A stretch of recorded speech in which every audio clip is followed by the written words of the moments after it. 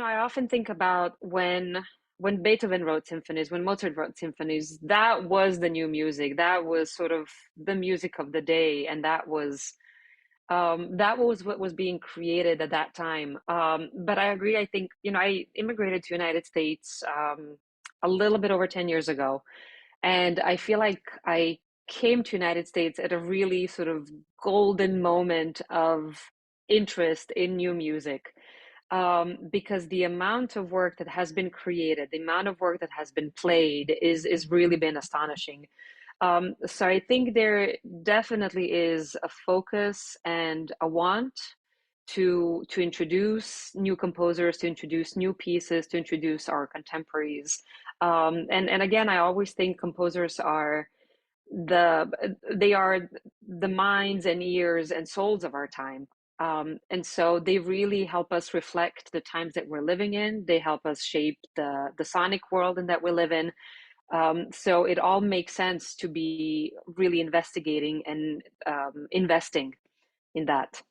Yeah, I wonder if you could speak a little bit more to that because many would argue that music from the so-called canon can help us understand more about society and the world and each other, but it seems like that's even expounded when we're collaborating with people who are alive, who can, with their voices, actually address audiences and stakeholders. Right. And I think there is a parallel between both. I think one feeds the other. I always like to think that what we learn in traditional music, in traditional canon, helps us understand better contemporary work. And when we work in contemporary work, it sort of humanizes traditional pieces where we don't have access to composers. We can't ask really practical questions anymore. Um, so so for instance, this week, I'm doing Dvorak's Seventh here, and I was reading about it and about Dvorak's life, and that, for instance, was a symphony of great revolution, of a personal revolution of the composer, Mhm. and I think we can certainly learn from that. We can certainly sort of go back in time and reflect and learn about the past and see how how small. How small or larger actions have influenced lives and how they have influenced the creation of what happened. And we can sort of put that, 100 years later or 150 years later, whatever the number is, and see what can we learn from this moment. And then at the same time, we can look for parallels. Well, you know, what can we, having learned from this, what can we implement in our time today? And how can we grow to be better human beings and to be better citizens. And I certainly don't want to sort of ignore the vital role of the conductor in all of these conversations. You know, even having the opportunity to engage with you. I wonder if you could talk a little bit about your personal trajectory. How did music come into your life, and how did conducting specifically become your focus? Yeah, so wow, how much time do we have? Since I was a child, I wanted to perform. That was sort of, something I wasn't shy about. I wanted to be a singer, and I just wanted to perform and so on. So I started playing piano when I was 6. And through my grandmother, I was exposed to opera very, very early on. I think I was like 5 when I saw my first opera production. So I feel like I grew up in an opera house. That was the environment that I was most comfortable with. And through piano, through my studies, then I started working a lot as a chamber musician. I started playing a lot with sort of everybody who played any instrument. I started working with singers eventually. My knowledge of languages was really, really useful there. And through my work with singers, I started working as a coach repetiteur at an opera house. And through that, I had these different conductors come up to me and say, "We really think you're a conductor." Mm. And sort of they were not friends among themselves. They were separate entities who would tell me that. And I kept on, toying with that idea, sort of, well, maybe I am, maybe I'm not. I studied piano my whole life. I always enjoyed making music, but I didn't have that structured conducting studies experience. And so I started conducting through people sort of giving me a chance and saying, we really think this is who you are, and you should address that. So that's how I started conducting. It wasn't anything that I ever planned. Like I said, I thought for the longest time I was going to be a singer. Um, and eventually at some point when singing sort of faded out, I thought I was going to be a chamber musician and I was going to, be completely happy with that. And then conducting came in, and the rest is history. Well, if you do feel so compelled to sing from the podium, I'm sure no one will stop you. We'll listen. We'll listen. I would not put anyone under that. Not anymore. I wonder if you feel like there is a sort of learning curve that you have had to engage specifically when it comes to the platforming of new music. Many of us, musicians, performers, even audiences, we are familiar with so much of the repertoire. Have you had to approach engaging new music in a different way than the music that you grew up with? Um, yes and no. Throughout my studies, I was always interested in contemporary music. Um, so I feel like a part of my brain was geared towards that, and I always loved analyzing music. I mean, I spent one of my summers, I started studying when I was 15, and because I was so young, I felt like I had to catch up to so many of my colleagues. Hmm. And one summer, I think it was my first summer out of after finishing my first year in college, that I sort of decided, well, I need to catch up somehow to everyone else around me. So, what is the best way to do that? So, I decided to analyze all Beethoven sonatas that summer. Oh, wow. That was like my summer project. Um, so, I think analysis and understanding how music is structured has always been part of my brain and part of my intrigue about music. And I think that sort of really, bled into facing contemporary music for the first time as a pianist, in really understanding why the forms are the way that they are, why the structures are the way that they are. So then when I started conducting, it seemed very natural. What is the word? The medium in which I was communicating was different. It wasn't piano anymore, but it was actually my hands and verbiage and body language. Um, so yes and no. I think the learning curve was bigger coming from a piano background and chamber musician into a conducting sphere rather than a repertoire learning curve, if that makes sense. Oh, absolutely, absolutely. And in Yeah. addition to really analyzing and being prepared, I also think about the idea of advocacy for new music. I talk to a lot of composers, emerging composers, and seasoned composers alike, tend to see the conductor as the person to really advocate for new music generally. They believe that there would be more performances of more new music if there were more conductors who would speak up for these living beings. I wonder what responsibility you take in the general recentering of new music. I mean, our responsibility as conductors is to give not a stamp of approval, but in some ways to say this is worth investing. This is what we need to do. And like I said before, I think working with living composers gives us greater understanding of the musical world. It gives us greater understanding of our world. It helps communication. I think it keeps the form moving forward. I think it keeps space open for creativity and exploration, and sort of seeing where our music is going, what is the trajectory. We can of course never say that in the moment. We can always look back and sort of analyze. We can connect the dots, in to put it better, we can connect the dots better looking backwards rather than anticipating what is going to happen. But all of that being said, I think we can see a certain trajectory of where we've been, where we are, and where we think we're going.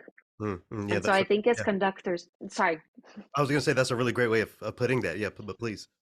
thank you, thank you.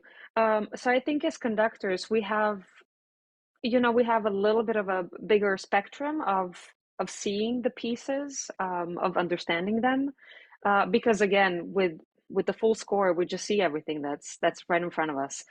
Does that answer the question? Yeah, absolutely. And speaking of scores, I know that at the time that we're having this conversation, you haven't received all of the scores for Modern Yesterdays, but based on what you have been able to see, I wonder if you could talk about what it's been like preparing for this showcase of new music. Right. Well, it's always really a lot of fun because I love to get inside of composer's mind and see what it is they're saying and see sort of and anticipate the sound world. So sometimes if it's patterns, if it's musical language that I've been exposed to in other places, it's sort of easier to anticipate that. If it's not, then first rehearsal is very, very exciting. Mhm. Um, but but I've worked with Ellen Reed in the past. We worked on Prism, her first opera, and I just love her writing. The other piece that I'm also working on right now is Carlos Bandera, which this is the first time interacting with their music. So I'm looking forward to that. I wonder if you could speak to the unique benefit, and maybe you touched on this before, but to say more, the unique benefit of living composers being people that you can write an email to or call up. There isn't much that has to be left to interpretation. As important as the score is, you have the ability to get even further clarification through real dialogue. Absolutely, absolutely. I think there are certain things that each one of us will come to interpret a score based on our understanding of it.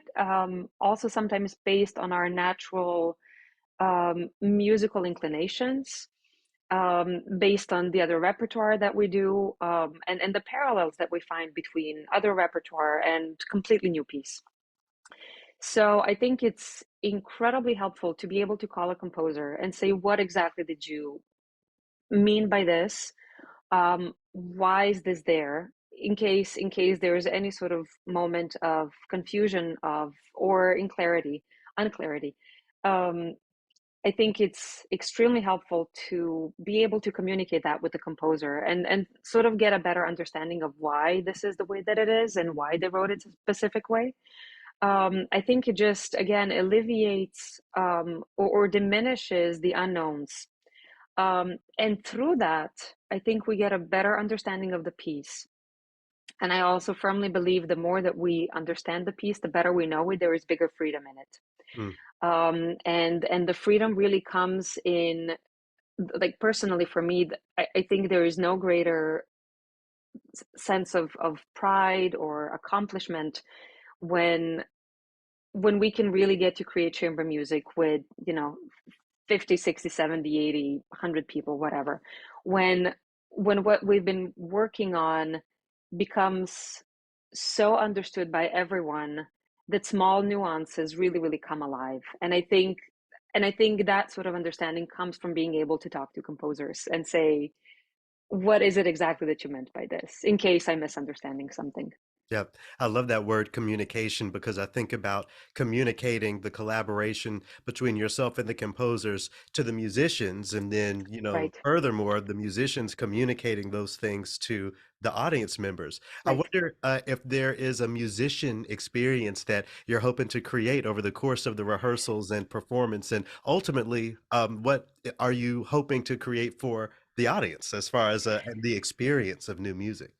Yeah, I think without audience, to quote a good friend of mine, without audience is just a rehearsal for us. Mm, So I think audiences make our performances. They are part of our performances.